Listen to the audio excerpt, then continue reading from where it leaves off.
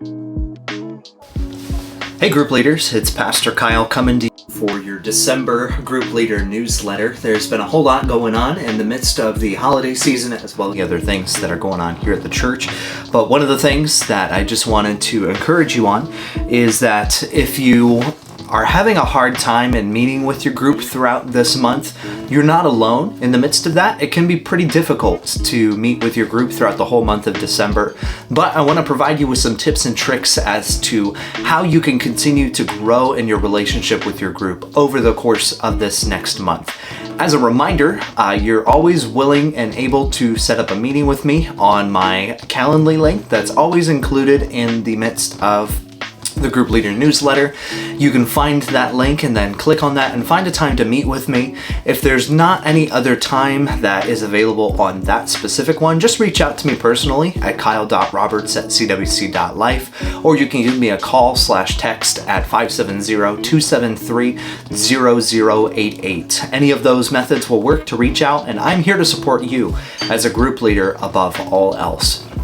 One of the things that I want to mention to you as well is we are actually going to be hosting a little seminar that's going to be coming up in February. So the first Sunday in February after church in the youth center, we're going to be having a seminar that's based on having crucial conversations.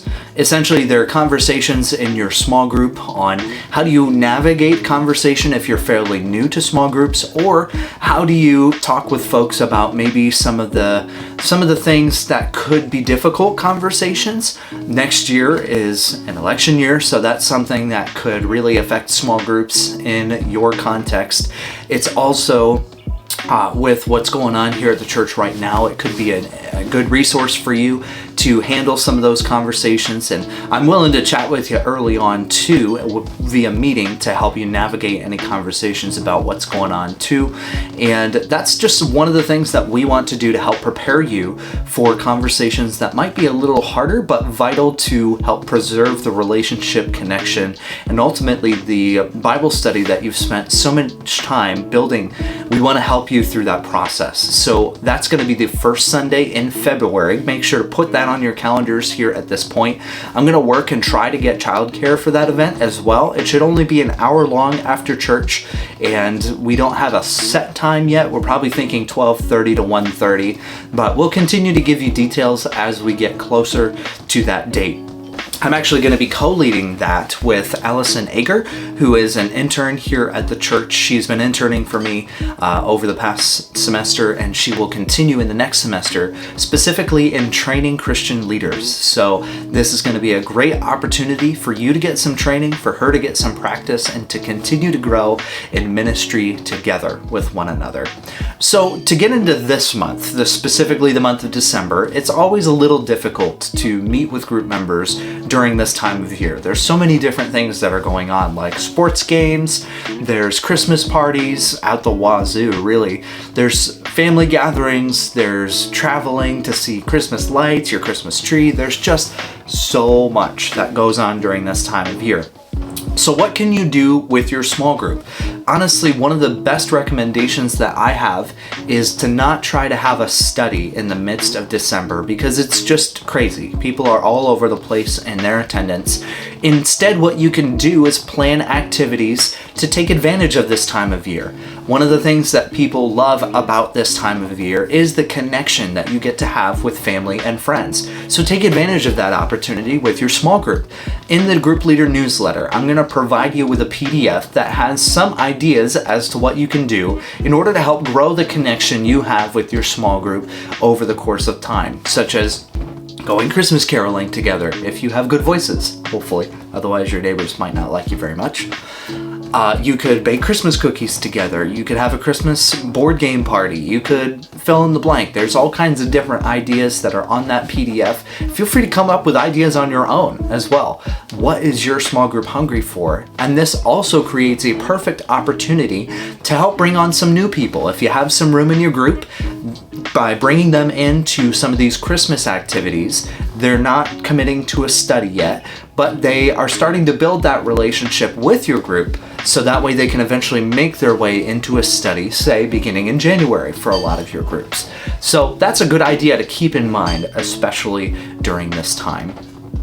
So one of the things that I also want to acknowledge is in the midst of Pastor Ryan being let go, I'm sure that some conversation has come up with you and your small groups. So I want to help you navigate through some of those conversations, but I also encourage you that if you're struggling through this decision, if you are having a hard time with it, then feel free to reach out to me, but I would also encourage you to reach out directly to Pastor Brandon and the board members as well. And I do want to say too, support Pastor Ryan and Amanda as they make this transition, because they have dedicated a lot to Christ Wesleyan in the midst of this time. So send them encouraging notes, send them encouraging letters, and share with them maybe some of the moments that you've had with them that are really encouraging.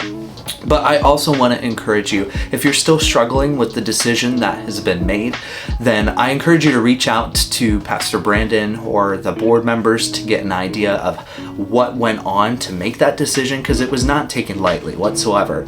But if you want to know how to handle it from a group's perspective, say if you want to know how to, if something starts to come up in conversation that you think, this probably isn't a path that we should travel down, I can give you some tools, some skills and confidence to help navigate that kind of situation as well. And it's something that's really hard for all of us. But at the same time, I think that the decision that was made ultimately was made with wisdom in the midst of what's going on.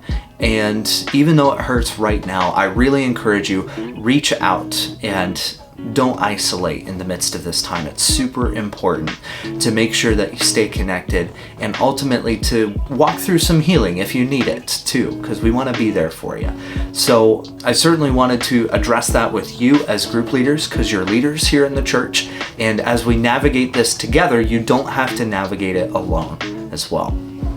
Well, I hope that you had a great Thanksgiving season. I hope that you're going to continue to have a good Christmas season with your family and friends. I hope that some of the things in this group leader newsletter are helpful to you during this time. And like I said earlier in the video, if you want to schedule a time to meet with me, then feel free to reach out to either my Calendly link, the schedule a meeting button that's there in the newsletter, or just reach out to 570-273-0088 by call or text. I'm here to support you group leaders above all else and want to continue to ensure your success in the midst of your groups. And one last reminder, our group leader tables are happening during the month of December.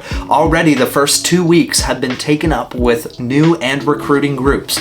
So if you are new and or a group that is actively in the recruiting phase, reach out to me to see what spots are available so that way you can have a table in the foyer to be able to connect with congregants and continue to help them get connected.